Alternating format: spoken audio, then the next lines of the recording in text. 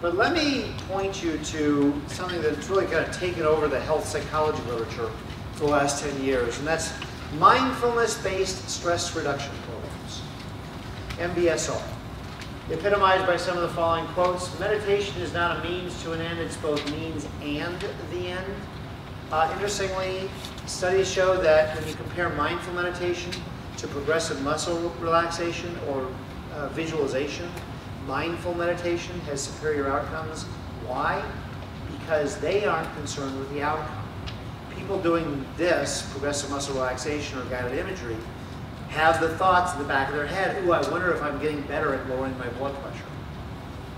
If you're not happy here and now, you never will be. What lies behind us, before us, are tiny matters compared to what lies within us. And the ordinary man looks outward. The way I like to think of it, I would argue most of us in this room are largely successful because we live our lives horizontally. Too horizontally, I would say. That is, we learn from the past, those lessons, we take them and we apply them to the future.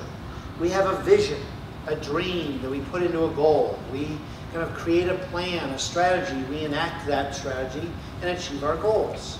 That's all well and good. That's always like doing this. I'm thinking there, kind of taking information and experience from here and going back and forth. How about we live a little more vertically, deeply in the moment? Because there are two core constructs here. One is non-judgmental focus on the present, on this moment and this moment only. Can you afford 60 seconds and actually enjoy the fullness of that sunset? I challenge you tonight, when you make it back home, you go into the kitchen, close your eyes for a whopping 20 seconds, and try and take in the aromas that are still in the kitchen. Is that breakfast that you made this morning? Or is it you're smelling some of the rosemary and oregano from last night's dinner? Focus on the present in a non-judgmental way. Second thing, very important, is cognitive flexibility. Here is, in my humble opinion, the king of all coping skills. Thoughts are just thoughts. They are not you. They're part of you, but thoughts are just thoughts. Manipulate them, play with them. You know, the idea is, you know, if I'm experiencing stress now because I'm making, you know, sense of this situation in this particular way, okay, can I take a minute? It's not more right or wrong, but would I experience a different level of stress, make a different sense of what I'm confronted with here? If instead of who I am, I'm a 7-year-old boy? If I'm a 93-year-old African-American female, would I have a different perspective? That fly on the wall kind of idea? Would I experience this differently if it was the same event, but it was in the year 1842?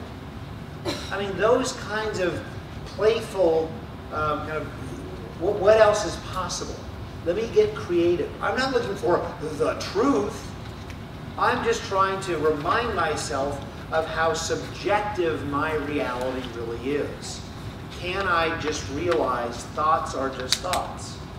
And, if you want a real mind bender, can you actually try to focus more on the empty space between your thoughts? There's actually milliseconds, sometimes full tenths of seconds, in between our thoughts. Can you actually focus on the empty space in between? Or I like the idea, don't hold on and don't push away. Just observe. Most of us are probably pretty darn good at solving problems. Can you not solve everything as a problem? Maybe just observe. Just watch, right? Now, the classic book by John Kabat-Zinn, Full Catastrophe Living, I think it's in your reference list. It's a very enjoyable read, some practical suggestions. This is just one of many books. There's a lot of books out there on mindfulness. Jeff Brentley's book, 5 Good Minutes, is a great way to exemplify the fact that we're not asking you to go, you know, be in a monastery for the rest of your life.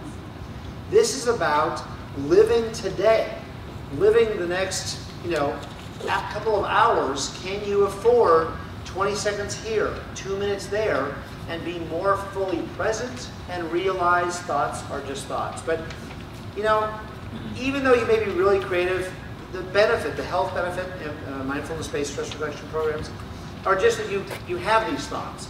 You don't necessarily need to share them because there's a danger there. As Calvin walks, he's being very creative. He says, you know, the more you think about things, the weirder they seem. Like, why do we drink cow milk? Who was the first brave guy who looked at a cow and said, I think I will drink whatever comes out of these things when I squeeze them? I mean, isn't that weird? Hobbes says, I think this conversation should be kept to a minimum until the afternoon. Now, there's a term that's kind of come on the research scene that people really find intriguing, and that is neuroplasticity. More than ever before, we realize we can change our brains. We can modify the neural networks, the connections that we're making by what we pay attention to and by deliberate intentional control. Now, when you think of this, CBF is cerebral blood flow cells.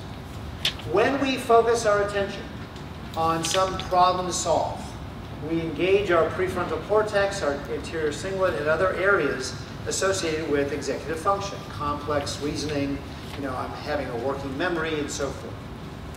Whereas when we do open monitoring, that is, we're just observing. We're not engaged in problem solving. We're just kind of aware and not trying to intervene. What happens then? You see a decrease in your anterior cingulate. A lot of meditation studies are looking at the anterior cingulate as that area of the brain that shows the most reactivity when we're, certainly when we're doing mindful meditation. In fact, mindful meditation, again, has superior outcomes compared to visualization and progressive muscle relaxation or even autogenic training. And those are just two citations of the most recent examples. If there is only one website you visit as a result of anything I've said today, let it be investigatinghealthyminds.org. Now, Richard Davidson at the University of Wisconsin does some of the coolest research ever. He's the guy who actually has teamed up with the Dalai Lama, right? He does studies comparing the brain activity, anterior cingulate and elsewhere, between masters of meditation, they've been doing it for 10 years, and people who are newbies, they've been doing it for 10 weeks. And lo and behold, you see greater reactivity in the masters when they're meditating versus people who are just kind of learning the process. In fact, some data showing that just compassion. If I have you for 10 minutes, imagine a situation in which somebody needs your help. You're benevolent, you reach out, you help them feel better, that changes your anterior cingulate, the wiring that goes on in your brain. That compassion is beneficial to your brain physiology. A lot of the data that he presents, so if you go to investigatinghealthyminds.org, you in about 2 clicks can get access to all these PDFs of these articles, kind of looking at these studies that he, his team, and others across the country have done. His book, most recently out, kind of is a great way to kind of take this in. The Emotional Life of Your Brain, How Its Unique Patterns Affect the Way You Think, Feel, and Live, and How You Can Change them. Now, so there's all benefits across the board of being more mindful, meditation approaches. But again, we can get too caught up in the wrong things. The data is supportive, but what do? Sometimes we get too weird about whether our posture is right or not. Clearly a dog owner with way too much time on his hands, right? I still love that picture though.